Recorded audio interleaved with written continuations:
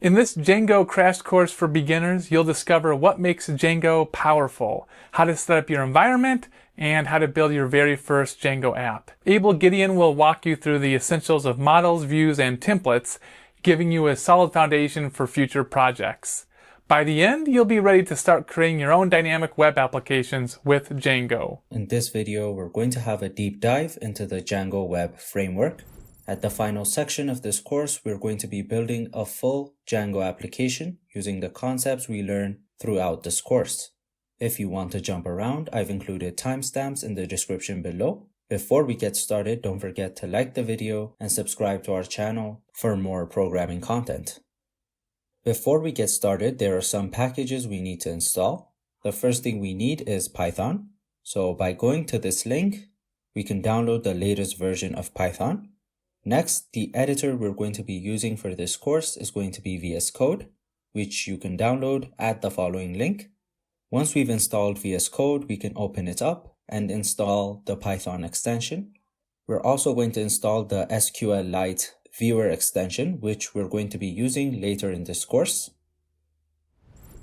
Next, we're going to open the terminal and install the pipenv package. To open your terminal in VS Code, you can use the shortcut Ctrl-Shift-Backtick. And to install pipenv, we're going to use the command pip install pipenv. So pipenv is a virtual environment that is going to store all the versions of the different packages we're going to use with our application. I've already installed it, so I'm not going to install it again. But if you get errors like access denied, what you can try is open your command prompt as an administrator and run your commands there. Then you can start using pipenv. So once you've installed pipenv, we're going to use it to install Django. So to install Django using pipenv, we're going to run the command pipenv install Django. So what this command is going to do is, since there's no virtual environment in our current directory, it's going to create one, and it's going to add Django to the virtual environment. So we can press enter. Now, if you look at the left panel, you can see that there are two files created. These are the files that are going to store the versions of our different dependencies.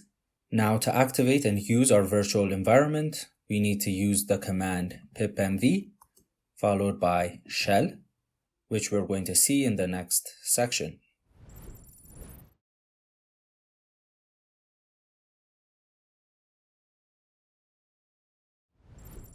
Now that we have everything installed, we can create our first Django project. To create a Django project, we're going to use the Django-admin command. So the syntax is as follows. We're going to have Django-admin.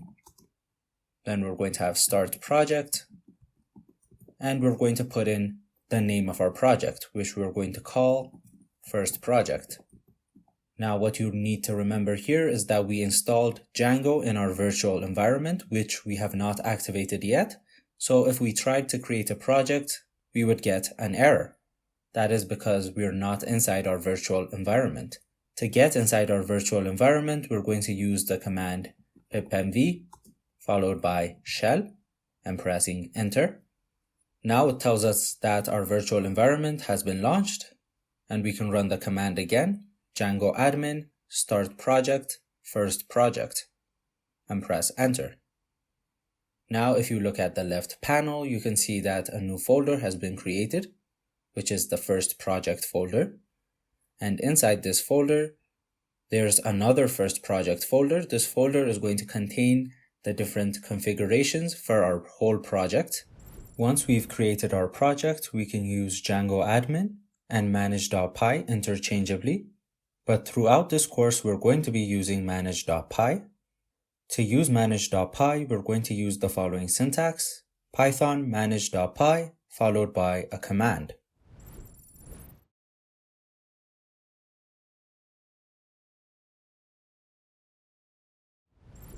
Our Django project can have multiple apps.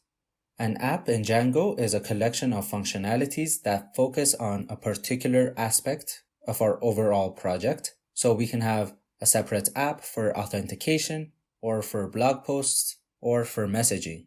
To create an app, we're going to run the following command, but first we need to navigate to our project, so we're going to cd into first project, and in here we can run the command python manage.py, and the command is going to be start app, and we're going to give it the name of our app, which we're going to call first app. Once this command executes, on the left panel we can see that a new folder has been created, which is called first app. And if we expand this folder, we can see different files, which we're going to look at in depth in the coming sections.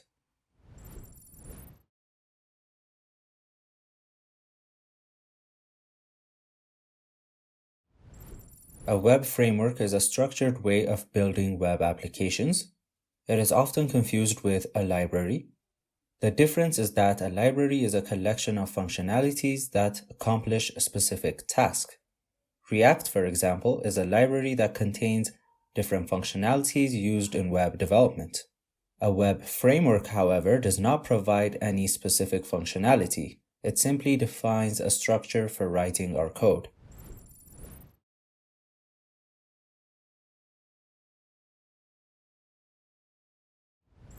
MVT is a concept that explains how a web application works and interacts with a client.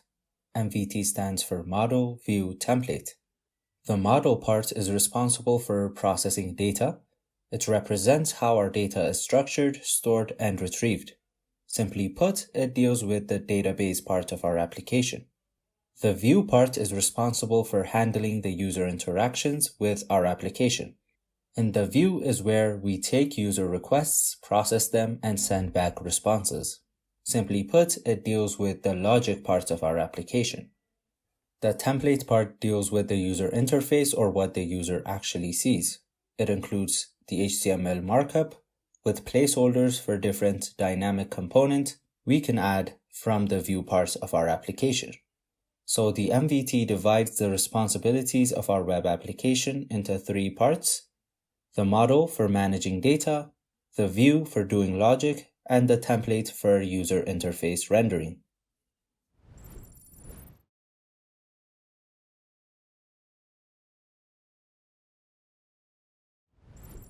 As we discussed in the previous part, views in Django deal with the logic part of our application. We can find the views.py file in our first app folder.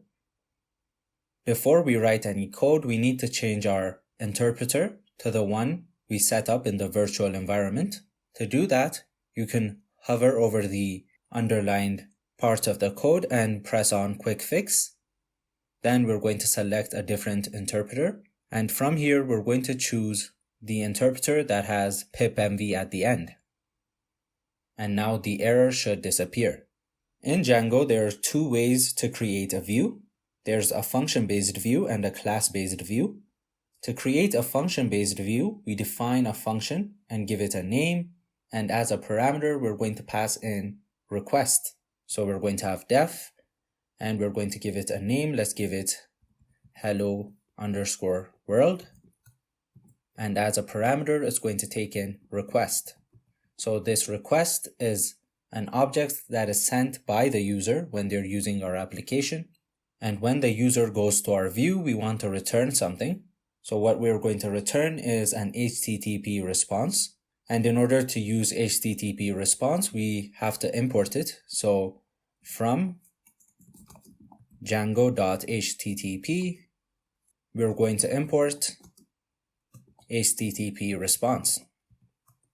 So in our function, we're going to return an HTTP response, and in parentheses, we're going to pass in what we want to return. In our case, we're simply going to return hello world. So how this works is when the user goes to the address linked with the hello world view, we're going to send a response that says hello world. Shortly, we're going to see how to link an address to a view.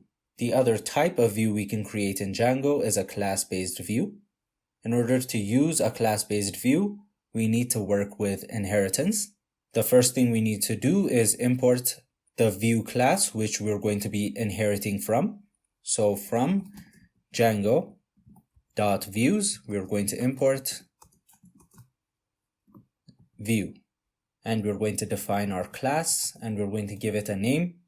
Let's give it Hello Ethiopia. And it's going to inherit from the view class. And inside our class, we're going to define the get function, which is going to take self and request as a parameter. And it's simply going to return an HTTP response that says Hello Ethiopia. So how this works is when the user sends a GET request to this view, you're going to return the HTTP response. The next step is going to be linking the view functions and classes to addresses, which is referred to as URL mapping. In our first app folder, we're going to create a new file, and we're going to call it urls.py. In this file, we're going to be using a function called path. So we're going to import it from Django.urls. We're going to import path. And we also need to import our views. So from the current directory, we're going to import the views file. So in here, we need to define a list that contains the different addresses and their associated views. And this list is going to be called URL patterns. And in here, we're going to pass in the path function. And the first argument is going to be the address that the user needs to go to. So first, we're going to give the address function. And the next argument is going to be the view associated with this address, which is going to be the first function.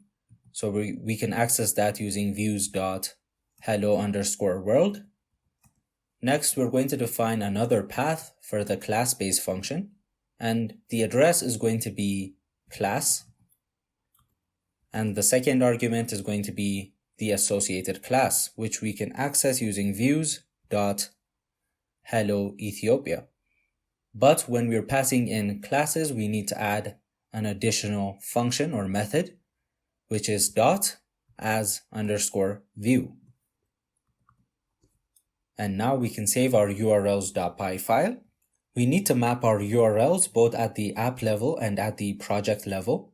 We just finished the mapping at the app level, so next we're going to deal with the project level mapping. So we're going to head to the project folder, and we're going to open the urls.py file. And inside the URL patterns list, we need to link our application. So we're going to add another path function. And for the address, we're going to give it app followed by a slash. And here we need to include all the URLs that we have in our app level. And in order to do that, we're going to use the include function. So we're going to have include, and in parentheses, we're going to pass in our app name, which is first app, .urls. So this is going to get the URLs file from our application. Now to use the include function, we need to import it. So inside the Django.urls import, we're going to add include. So now to access our different views, we can use the following URL, http localhost app and the path to our view. Localhost is going to be 127.0.0.1, and the path to our view is going to be what we defined in the urls.py file. So for the hello world view, we would go to http localhost app function, and for the hello Ethiopia view, we would go to http localhost app class. One more thing we need to configure at the project level is adding our app to the settings.py file. So we're going to open the settings.py file, and we're going to scroll down till we find installed apps. And inside the installed apps list, we're going to add in the name of our application, which is first app. And we can save this file.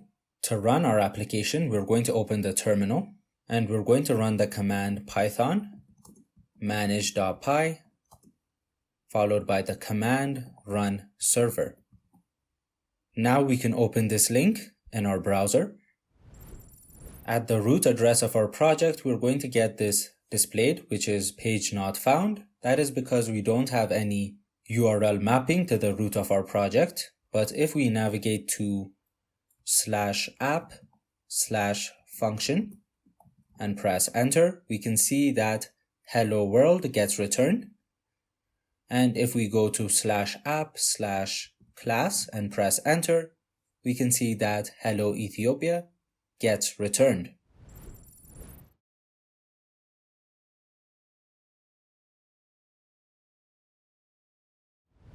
Request and response objects are used to communicate the user with our application. Using the request object, we can get different information about the user. Request.method gives us the HTTP method the user sent, which could either be get, put, patch, post, or delete. And using this information, we can perform conditional operations. Request.get and request.post give us access to the different parameters passed in when sending a request. For example, if we had the following URL, we can access name and age using request.get, and in parentheses we can pass in age, or we can use request.get, and in parentheses we can pass in name. When it comes to request.post, we usually use it to get information from when a form is sent to our server, which we'll be seeing later in this course. Other request properties include request.cookies, which gives us access to a dictionary containing the user's previous interaction with our server, and request.files, which gives us access to the files uploaded by the user. The response object is what we send back to the user, which we saw when we sent back the texts hello world and hello Ethiopia back to the user.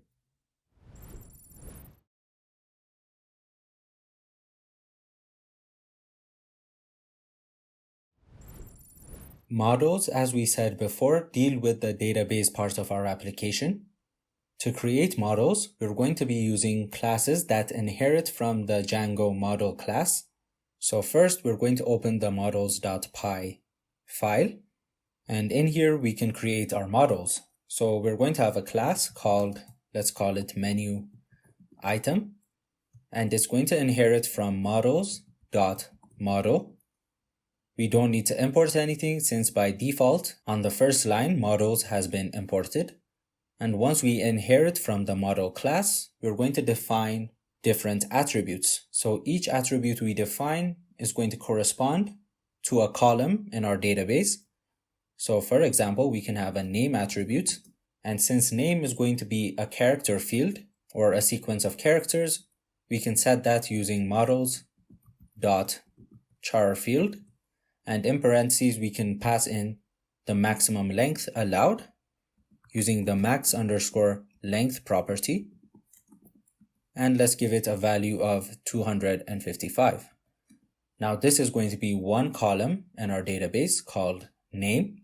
We can add another column called price, and this is going to be an integer field. So we're going to use models.integer field. So this model is going to create a database table with the columns name and price. To actually create this table, we need to make what is called migrations. So first, let's open our terminal. A migration is a process that converts whatever changes we make in the model.py file to our actual database.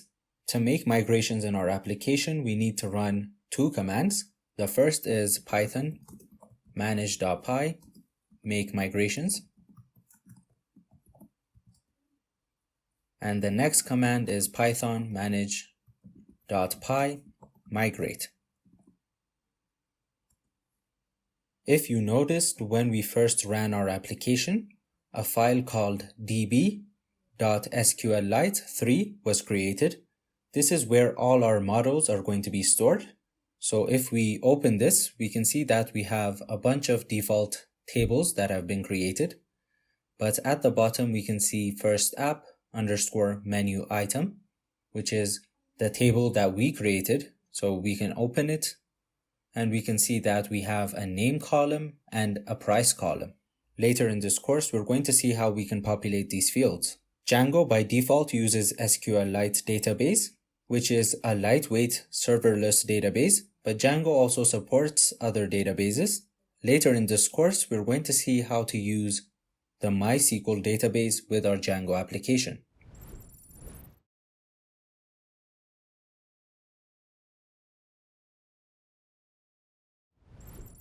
Forms are used to take input from the user.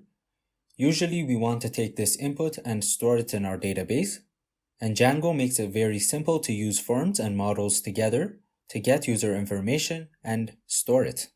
To see how this works, we're going to create a simple reservation system. So in models.py, we're going to create a new model, and we're going to call it reservation. And it's going to inherit from models.model. And it's going to have different attributes. First, it's going to have a first name attribute, which is going to be a char field. And we're going to give it a max length of 255. It's also going to have a last name attribute, which is also going to be a char field with a max length of 255. It's also going to have a guest count attribute, which is going to be of type integer.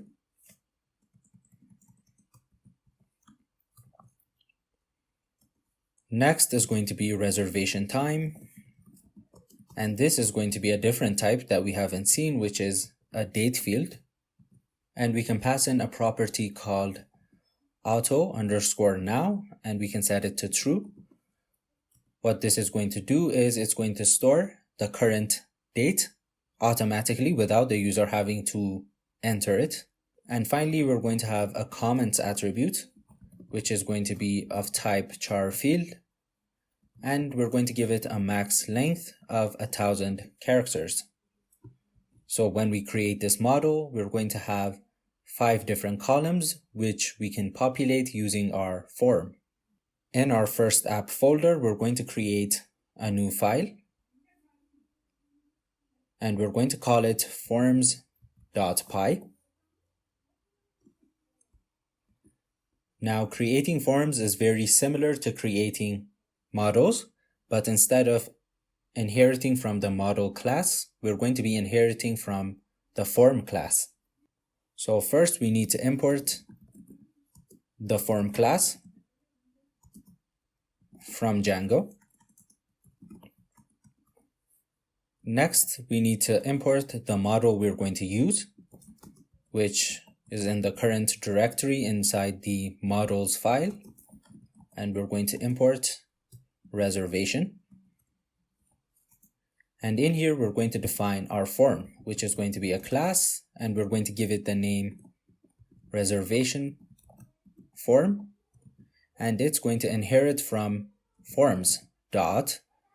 And in here, since we want to link our form with a model, we're going to use the model form class. In here, we need to define some meta properties. In order to define some meta data, we're going to use the meta class. So we're going to have class meta, and in here we need to define 2 attributes. First, we need to define the model that we want to use with this form, which in our case is going to be reservation.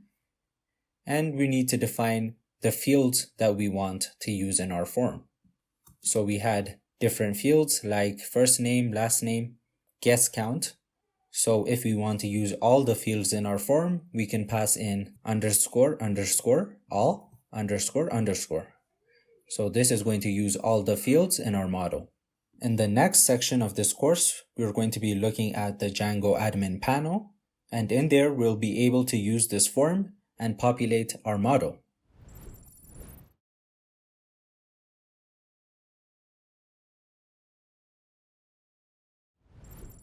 The Django-admin panel is an interface that has many functionalities related to our application. To use the admin panel, we need to first create a super user. To do that, we're going to open our terminal, and we're going to use the command Python manage.py, create super user, and press enter. It's going to ask us for a username. We're going to pass in admin. It's going to ask us for an email address. We're going to pass in admin@admin.com. You can pass in anything here. And it's going to finally ask us for a password. For this demonstration, we're going to use a simple password, but in a real life project, you're going to use a complex password. So we're simply going to pass in admin and press enter. It's going to tell us that our password is not strong enough, but when creating a super user from the terminal, you can override this decision by pressing Y and pressing enter. And we get the message super user created. So now we can run our application using manage.py, run server, and we're going to open our browser. To access the admin panel, we need to go to /admin, and we're going to be asked to enter a username and a password, which we created inside the terminal. From the admin panel, we can create different groups and different users. For example, we can create a new user using the add button, and we can give it a username and a password. Here you cannot pass in a weak password. It needs to match the different requirements to create a password. And we can press on save. And it tells us that the user has been created. And if we scroll down, we can see that we have the permissions tab. We're going to use this tab to give the different users different permissions. Another way of giving users permission is by creating groups. So we can press on the add button next to groups, and we can create a group. Let's call it manager, and we can give the manager different permissions. So to give a permission, you can select the permission and press on the right arrow, and the permission is going to get added to the manager group. And once you're done, you can press on save. If you have a group, you can open the users tab. And for example, let's go to the Abel user. So in the group section, you can add the user, which is Abel, to the manager group by selecting the group and pressing on the right arrow. As we said in the previous section, we can use the admin panel to fill out our form and to populate our model. But in the browser, we did not see any option to edit our models. This is because we haven't registered our model to the admin site. To do that, we're going to open the admin.py file, and we need to import our model, which is in the models file, and we're going to import reservation. To register our model, we're going to use admin.site.register, and we're going to pass in the name of our model. Now we can open our terminal, and we need to make migrations to actually create the table in our database. So we're going to have Python manage.py make migrations, and we're going to have Python manage.py migrate.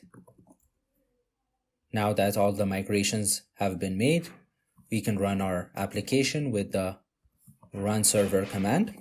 And if we head back to our browser, we can see that the reservations model appears. So we can open reservations and we can click on add reservation, and it's going to give us a form to fill out. We can put in first name, last name, we can put in guest count, let's put in 3, and we can put in a comment, let's say table near window, and we can press on the save button. And once our reservation has been saved, if we go back to our code, and if we open the db.sqlite file and open our reservations table, we can see that the reservation has been added.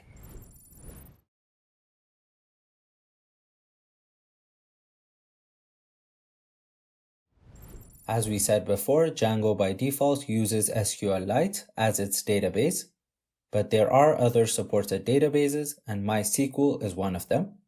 To use MySQL, you're going to have to download it first using the following link. During the installation process, you'll be asked to create a password. Make sure you save this as you'll be using it to access your server. Once the installation is done, open your command prompt and enter the following command: MySQL followed by -u root -p. It's going to ask you to enter a password. You're going to enter the password you used during the installation process and press enter. If you put in the correct password, the prompt should change to MySQL. And in here, we're going to first create a database. To do that, the command is create database followed by the name of your database, which we're going to call Django_DB. And don't forget to put a semicolon at the end. And we can press enter. Now to use this database, we're going to use the command use followed by the name of our database, which is Django_DB, and we're going to end it with a semicolon. And once we get the text database changed, we're going to use the command show tables. Now you can see that we have an empty set. That means we have no tables in our database. But once we've configured it in our Django applications, we should see some of the default tables created by Django. So we're going to head back to our code. The first thing we need to do is install a driver to use MySQL. The driver we're going to be using is MySQL client. And to install it, you're going to use the command pip install MySQL client. I've already installed it, so I'm not going to install it again. Again, if you get any issues running commands, what you should do is open your command prompt as an administrator and run your commands there. Finally, in the settings.py file, we need to adjust the database list. So we're going to open our settings.py file. And we're going to look for a list called databases. And in here, we need to change some information. So first, we're going to change the engine, which is no longer going to be SQLite. Instead, we're going to pass in Django.db.backends.mysql. Next, we're going to change the name attribute. We're going to change it to the name we gave to our database, which was Django_DB. And next, we're going to define a property called user, and we're going to give it the value root. Next, we're going to define an attribute called password. And in here, we're going to pass in the password we used during installation, which was for me 123, but in a real application, you would not use a simple password like this. But for demonstration purposes, I've used 123. Next, we're going to pass in the host, which is going to be the local host, which is 127.0.0.1. And we're going to define the port number, which by default is going to be 3306. And finally, we're going to define an options attribute, and we're going to give it the following value, which you can pause the video and type in. And once we've put in all the information, we can go to our terminal. In the terminal, we're going to run the commands for making migrations, which is make migrations. And we're going to run migrate. Now, if we go back to our command prompt, and if we run the show tables command again, so we're going to have show tables followed by a semicolon and press enter, we can see that the default Django tables have been added. So if you see the different tables, that means you've correctly configured MySQL with your Django applications. If the tables are still empty, that means the configuration was not successful or you did something wrong.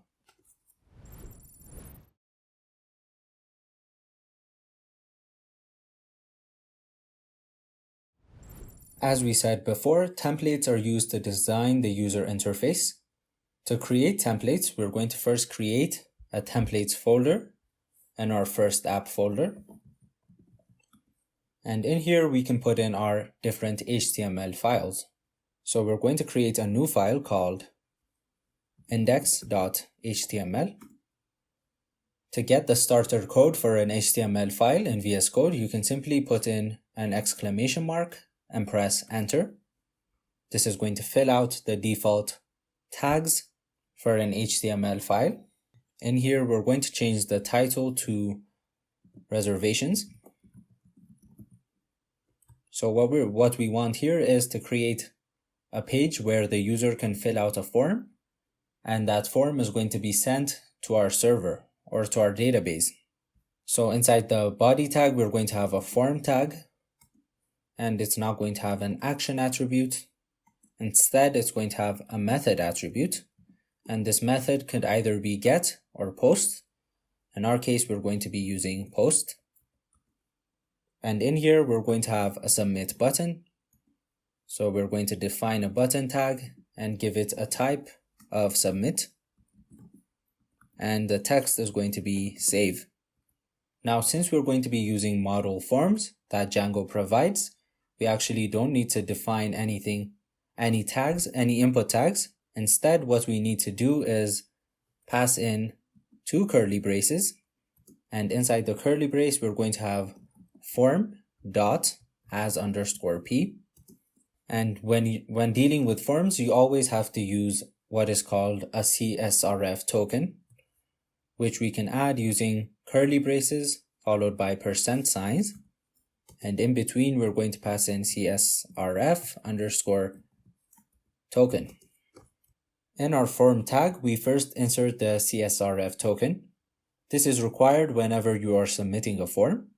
For now, all you need to know is that it's a security measure.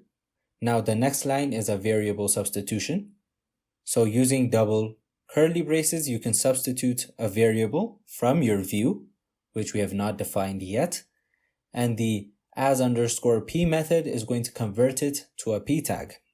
You can also have conditional and loop statements using this kind of substitution, or using curly braces and the %sign, which you can look into. Now the next step is going to be defining this form variable, and we're going to be defining it in our views.py file. So we're going to head over to our views file, and in here we're going to define a new view. We're going to use a function-based view, and we're going to call it home, and it's going to take in a request. One more thing we need to do is import the form that we created in the previous section. So from the current directory inside the forms file, we want to import reservation form. Inside our view, we're going to create a variable called form, and we're going to give it the value of our reservation form. And now we're going to use the request object, and we're going to use it to check the method by which the user sent a request. To do that, we're going to have if request.method, and we're going to check if this method is post. So we're checking if the user has submitted the form.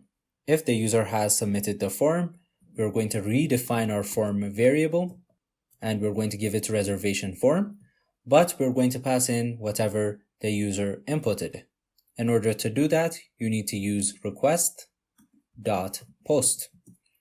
So request.post is going to contain all the information that the user inputted, and we're going to pass that information to our form class.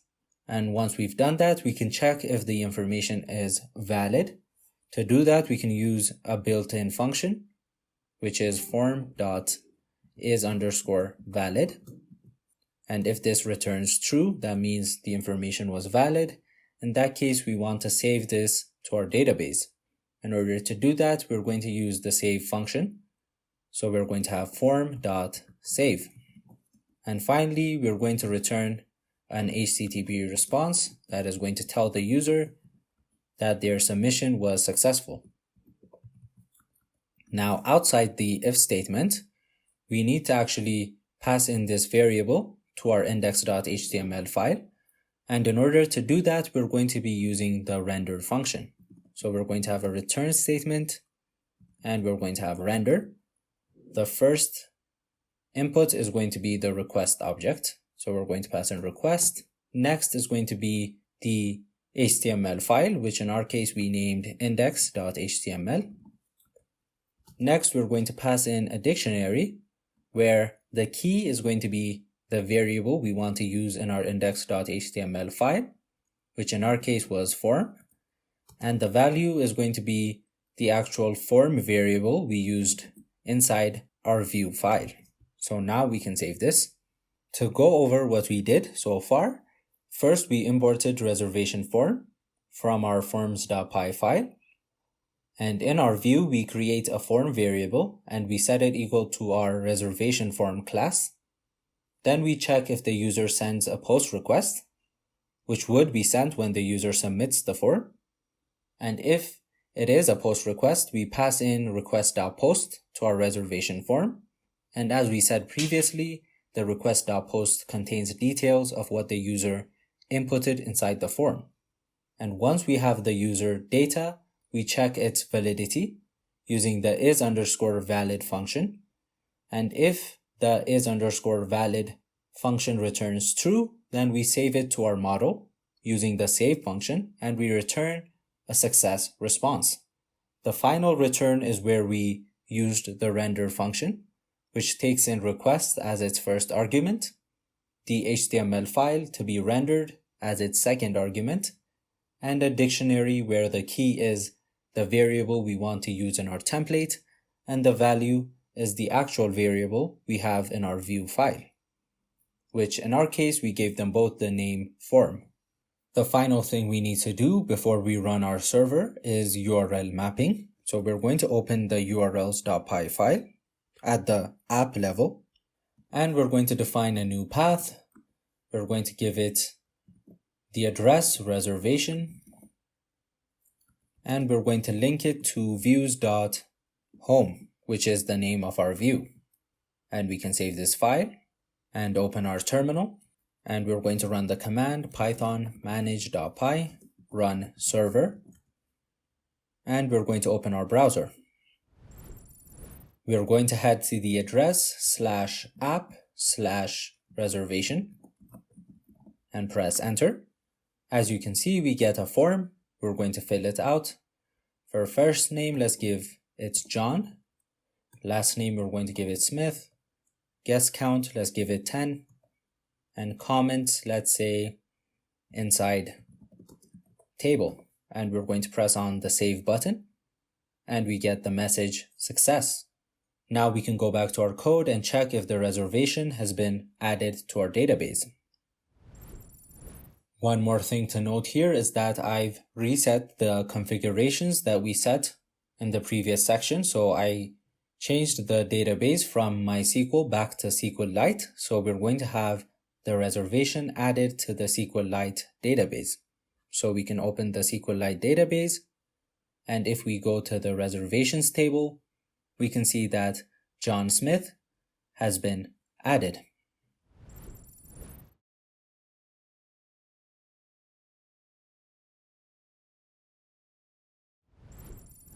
So this project is going to be building a menu page and a menu item page for a restaurant called Little Lemon. To get started, you need to first go to the description of this video and download the starter files. The file you download is going to be a zipped folder. All you need to do is extract that folder and we can start from there. Once you've extracted the folder, you're going to have the following files. You're going to have a project called Little Lemon and an app called Restaurant. Additionally, there's a document file, which you can open separately using Microsoft Word. And in there are going to be details to the menu items that you have to add. So we're going to be copy and pasting the different details from there.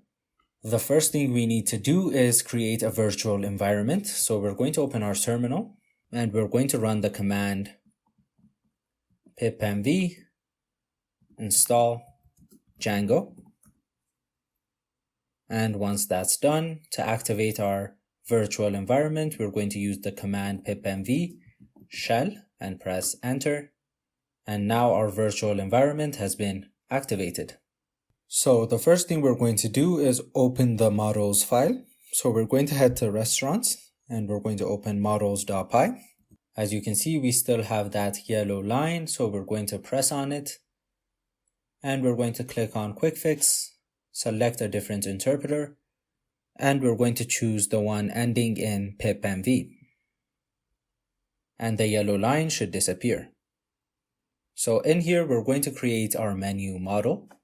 So we're going to have a class and we're going to call it menu, and it's going to inherit from models.model. And we're going to give it two attributes. The first is going to be name, and it's going to be of type char field. And we're going to give it a max length of 255. And the next attribute is going to be price, and it's going to be of type integer.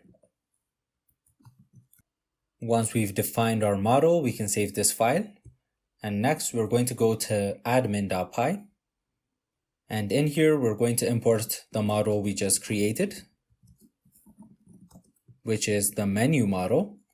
And we're going to register it to the admin site. The next step is going to be performing the different migrations. So we're going to open our terminal and we're going to navigate to Little Lemon. Now, since we extracted the folder, we're going to have two Little Lemon directories. So we're going to navigate to Little Lemon again. And in here, we're going to run our migration commands. So the first is manage.py, make migrations. And next, we're going to run manage.py, migrate. Once our migrations are done, we're going to do URL mappings for both our project and our app level. So first, let's do the project level URL mapping. Inside the urls.py file at the project level, you can see that a path has already been added. You need to make sure that this is correct. So it's going to use the root address, and using the include function, it's going to include the URLs from the restaurant app. So the urls.py at the project level has been set up, so we can exit out. Next, we're going to check the urls.py at the app level.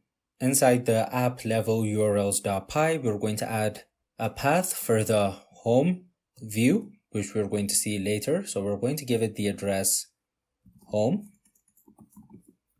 and we're going to link it to the views dot home view, and we can save our urls.py file. Now, to create the different menu items, we're going to need the admin panel, and in order to use the admin panel, we need to create a super user. So we're going to open our terminal. To create a super user, we're going to use the command python manage.py create super user. And for the username, we're going to give it admin. For the email, we're going to give it admin@admin.com. And for the password, we're also going to pass in admin. And we're going to override the password validations by pressing Y and pressing enter. Now that we've created a super user, we can run our application using manage.py run server. And we're going to head over to the browser. At the root address, you're going to be met with this display, but we're going to fix this later. This is because we haven't configured everything correctly yet. But now we want to access the admin panel, so we're going to go to /admin. And for the username, we're going to pass in admin. And for the password, we're going to pass in admin. Now, since we registered the menus model, it should appear in the admin panel. So we're going to select menus, and in here you're going to add the menu items. So it's going to be name and price. So you're going to get this name and price from the Word document file that is included in the starter files. Once you've added all the menu items, this is what you should see. So you're going to have menu object 1 all the way up to 4, since there are 4 menu items. But these names are not very descriptive. And if you want a descriptive name, we can go back to our code And inside the menu model, we can add the following. So we're going to have a function called __str __, and its first argument is going to be self. And in here, we can define what we want to see instead of menu object 1, menu object 2. So in our case, we want to see the name of the menu. So we're going to return self is going to refer to the class itself. So we're going to have self dot, and we're going to have the name attribute. Now, if we save this model and go back to our admin panel, and if we refresh the page, we can see that instead of menu object, we get the actual name of each menu item. So now we can head back to our code, and let's open up the views file. Here we can see that the home, the about, and the book page have already been defined for us. And at the bottom, we're going to create our own view. And we're going to call it menu. And it's going to take in request as a parameter. First, we're going to define a variable called menu_data. So in this variable, we want to store all the menu items we have inside the menu model. And in order to do that, we're going to use the following syntax. We're going to have the name of our model, which if we look at the top of our file, it has already been imported, so we can use it. So we're going to have menu.objects.all. So this is going to return every menu item that is inside our model, and it's going to store it inside menu_data. And we're going to pass this data to an HTML file. So we're going to use the render function. So we're going to have return render. The first argument is going to be request, and the file name is going to be menu.html, and the variable, we're going to call it menu, and we're going to give it the menu data that we got from our model. So since we set menu as the key inside the menu.html file, if we want to use this variable, we're going to use the word menu. In the app level urls.py file, we're going to add a new path for the address menu, and we're going to give it the new view we just created, which is the menu view. Now we can go to our different templates and look at the different HTML files we have. So inside the restaurants folder, there's a folder called templates, and we have a folder called partials, which holds the footer at the header, which we're not going to look at now. And there's HTML files for the about page. There's an HTML file called base, and there's an HTML file called book and index. So first, let's look at the base.html file. Inside the base.html file, first there's curly braces, %, and load static. This line is used to load in different images that we want to use inside our HTML document, which we're not going to be focusing on right now. Instead, we're going to scroll down and go to the main tag. And inside the main tag, we can see that there's block content and end block. So how this is going to work is we're going to have another HTML file, which in our case, we're going to call menu.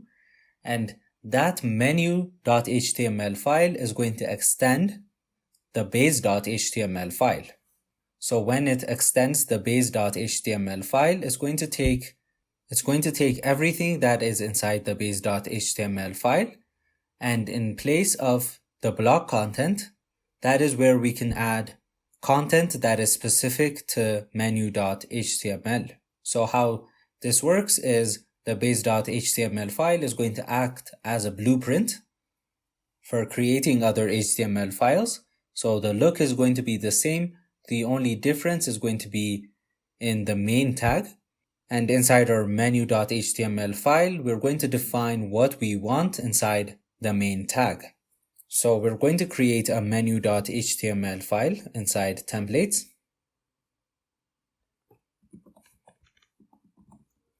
Now here we don't need to use the exclamation mark. That is because we're going to be extending base.html, and base.html has all the code we need.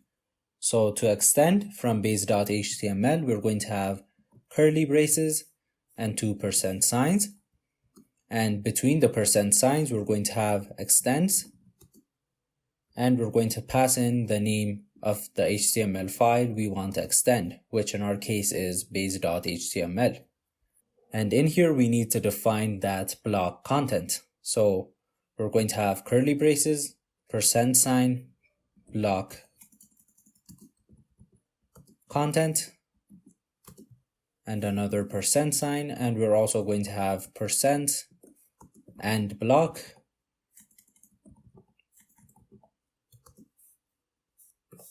and another percent sign. So whatever we put in between these two tags is what is going to get inserted inside the base HTML's main tag.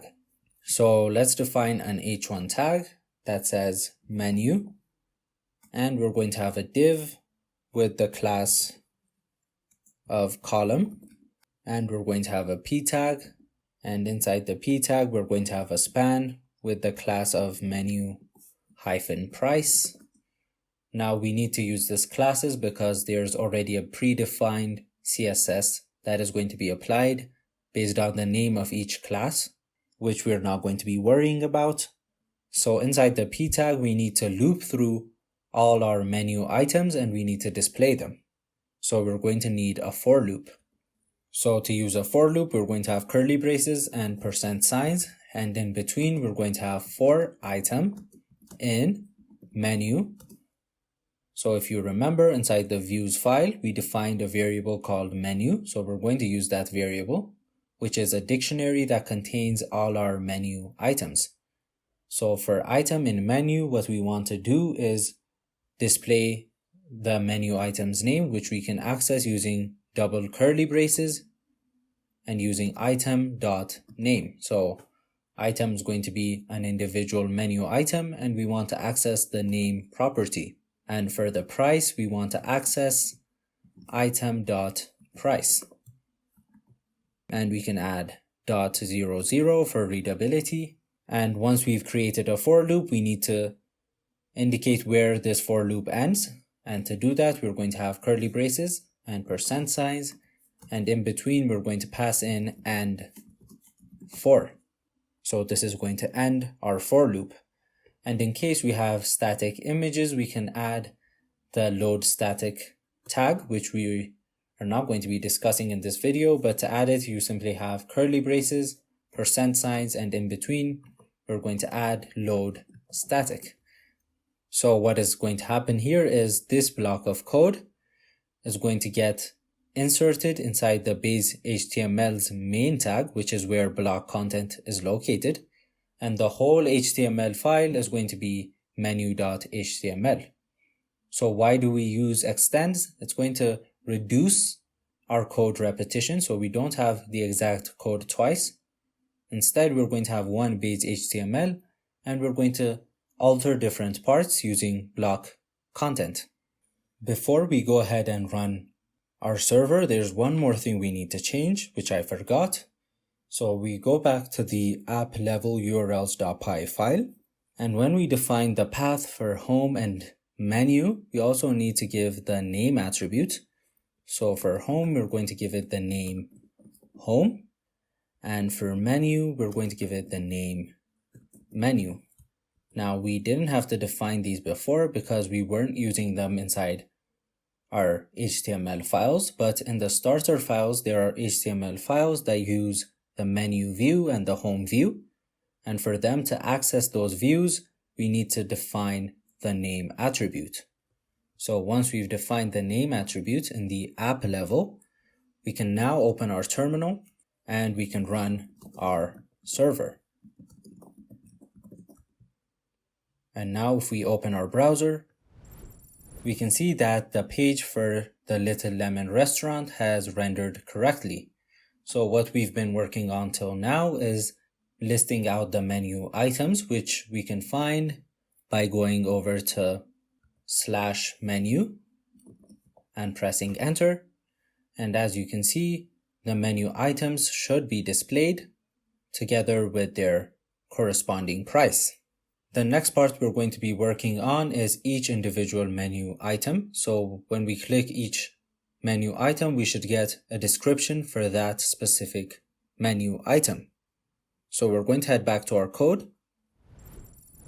To get the description of each menu item, we need to modify our menu model. So we're going to open the models.py file. So inside our menu model, we're going to add a new attribute called description. And it's going to be of type char field. And we're going to give it a max length of 1,000 characters. And we're also going to use the default attribute. And we're going to give it an empty string as its default value. Now we can save this file and open the terminal. Before we run our server, we need to perform the different migrations. So we're going to run manage.py make migrations. And we're going to run python manage.py migrate. Now we can run our server using the command manage.py run server. And we're going to head to our browser.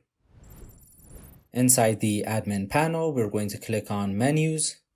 And for each menu item, we're going to press on it and add the description, which you can find in the menu item document file inside the starter files you downloaded. Once you've added all the descriptions for each menu item, we can head back to our code. And we're going to open our views file. And in here, we're going to define a new view. And we're going to call it display underscore menu underscore item. And it's going to take request as a parameter. Now, since we want one individual item, we're going to differentiate each item using the ID attribute. If you noticed, whenever we created a new database, each table had its own ID column, which gets generated automatically whenever you're using Django models. So we're going to use that ID column to identify each menu item. So in addition to request, we're going to take another parameter, which we're going to call PK, which stands for primary key. Initially, we're going to give the primary key a value of none. And inside our view, we're going to check if the primary key is defined. That means if that menu item actually exists. In that case, we're going to create a menu item variable, and we're going to use the syntax we used before, which is menu.objects. And instead of using the all function, which returns all the menu items, we're going to use the get function, and it's going to have an attribute called primary key, and we're going to give it the primary key we get from the parameter. So this parameter, we're going to define it in the URL mapping, which we're going to see shortly. So what this line is going to do is it's going to get the menu item with that primary key. Else, if that item is not found, we're simply going to set menu item to an empty string. Finally, we're going to return a render function, which is going to take in request as its first argument. And it's going to have menu underscore item.html, which we have not created yet. And finally, we're going to have a variable called menu item, and we're going to pass in the menu underscore item we defined inside our view. So now we can head to the templates folder and create the menu item file. So we're going to create a new file called menu underscore item.html. And this is also going to extend from the base.html file. So we're going to add extends base.html. And in here, we're going to first define a div with the class of row. And in here, we're going to define another div with a class of column. Again, these are not required. They're simply used for styling purposes. And the first thing we're going to have is an h2 tag. And in here, we want to substitute in menu underscore item, which we gave to the dictionary in our views file as a variable name. And we're going to access the name attribute. Next, we're going to define a p tag, and we're going to pass in menu_item.description. And finally, we're going to have another p tag, and we're going to display menu_item.price. Now, to make each menu item clickable, we need to modify our menu.html file. So we're going to open that up.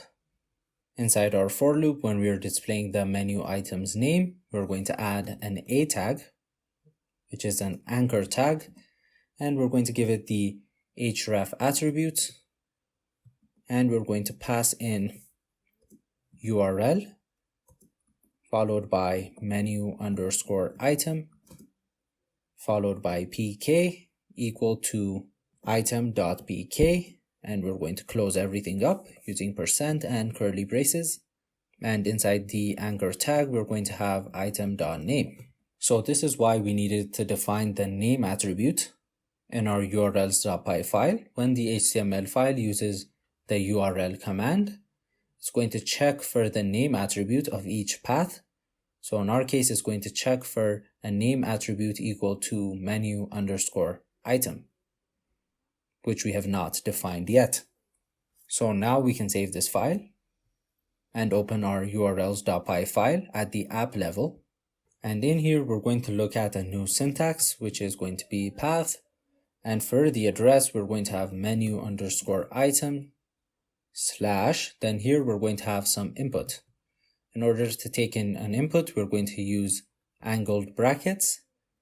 And in between, we're going to pass in the name of this input, which we're going to call pk. And before the name, we're going to define the type, which is going to be an integer. So how this is going to work is when we have menu_items /1, the pk variable is going to store the value 1, which we're going to use inside our view. So we're going to link this to our display menu items view, and we're going to give it a name, which is going to be menu_item. So from the URL, it's going to get the primary key, and inside the views file, it's going to use the primary key to get the specific menu item, and using the render function, we're going to display that specific menu item, its price, its name, and its description.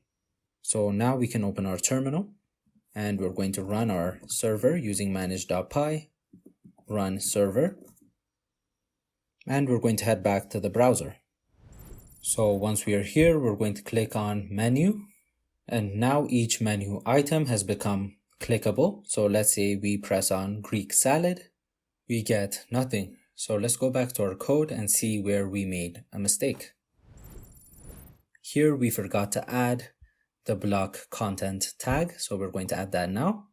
So we're going to have %%, and we're going to have block content, and at the end we're going to have %%, and we're going to have end block. Now we can save our file and head back to the browser. Now if we go to menu and we pick a specific menu item, we can see that we get the item's name, description, and price. So we can go back and try another menu item, and we get that specific menu item's name, description, and price. So this has been a full beginner's guide to the Django web framework. Thank you for watching this video, and don't forget to like the video and subscribe to the channel to show your support.